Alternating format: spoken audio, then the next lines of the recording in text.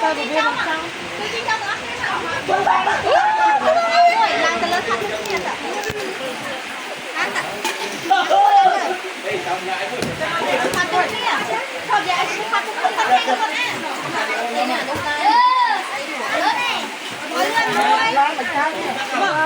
Mà môi biết đấy.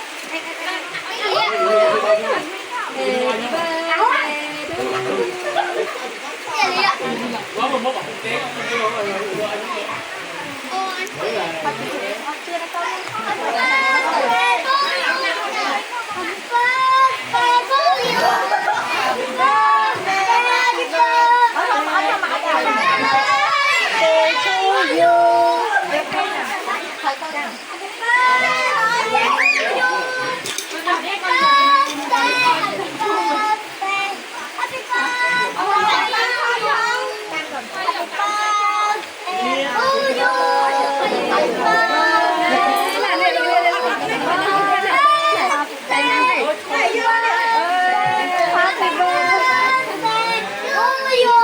Cái đây mua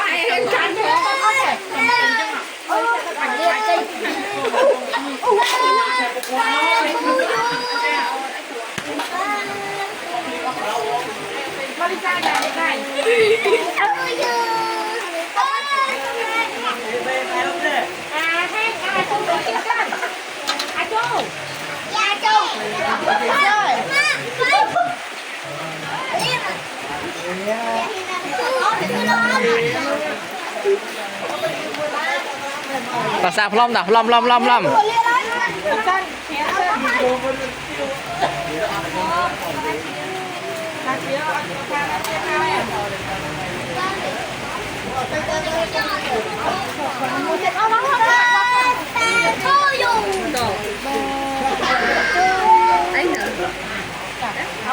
Chà liệt ơn.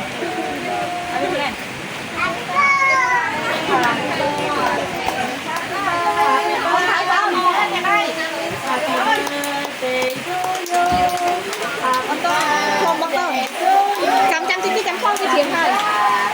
Happy birthday, happy birthday to you. Ra đây mua đi cha. Mua đi cha, hai con. Con xin rồi. Con chăm mày. Con phòng mấy cái gì đó đây? Phòng cá hả? Phòng cá không?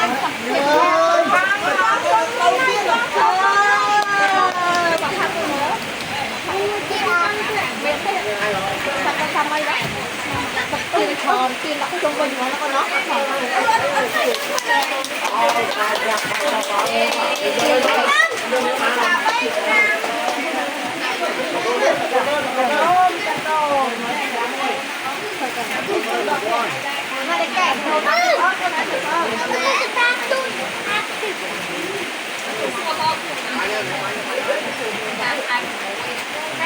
thôi chân anh cũng chỉ đang không mất nhiều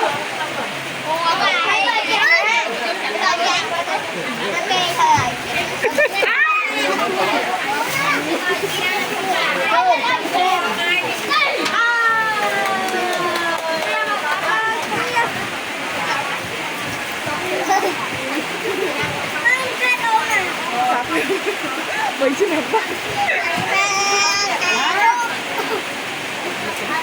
con chim canh rồi gặp vui chứ con một bạn đâu con đó con đây bà đây chạy mất đấy con đặt tao ông để nhau cho con con này cái này bị chọn chọn đấy cái này nè đi rồi cái này nè tôm nào chọn nha cái này nè